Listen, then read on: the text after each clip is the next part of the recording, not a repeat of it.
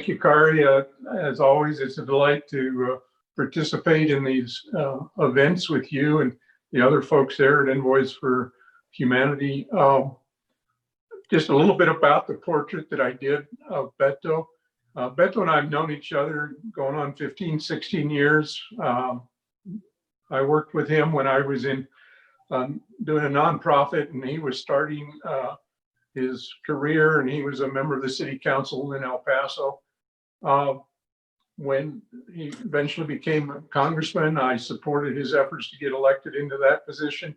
And then when he ran in 2018 against Ted Cruz, of course, I was all in supporting him then.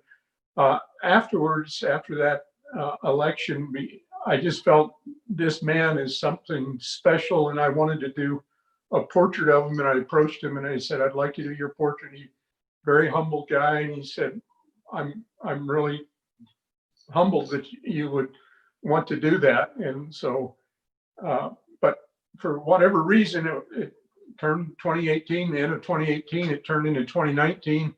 We couldn't get together so that I could actually get some images so that I could, have the kinds of pictures a painter needs to do a portrait.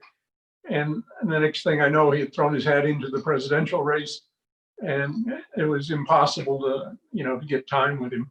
But in August of 2019, unfortunately, in El Paso, we had a white supremacist who came here and murdered ultimately 23 people and injured many others at the Walmart.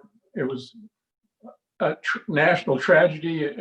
It severely impacted our regional community. Most of us were just shocked and horrified by what happened. Beto suspended his election campaign at that point. He came back to El Paso to help the citizens of his city here on the border. And there was a rally 2 days after the event, after the shootings, where he was there to help the citizens get through this very difficult time. And he was on the stage, and I was there. It was a hot Texas August afternoon, and everybody was hot. It was sweaty, and yet he captured everyone's attention. And I managed to get some really good images. I was right up in the front, and I was there for the purpose of trying to capture what I could of that moment. Subsequently, he left the campaign. I was able to meet up with him in December, get some more images. He and I have been in touch about this portrait the whole time.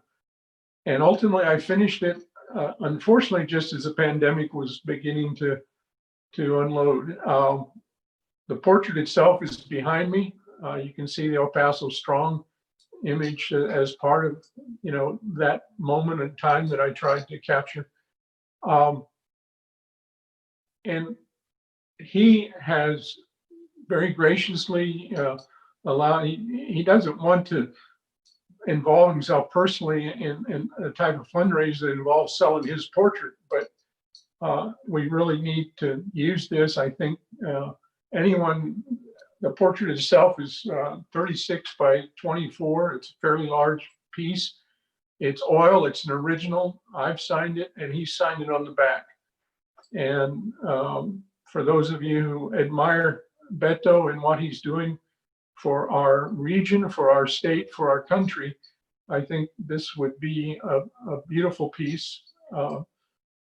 I've donated the entire thing plus limited edition prints that I'm signing, and will mail to the winners of those prints.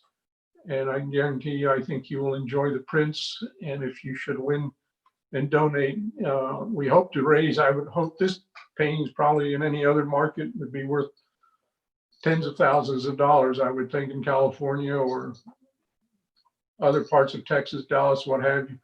I would hope people could be generous and donate, because all this money will go to Powered by People. And that is where we are trying to turn Texas blue.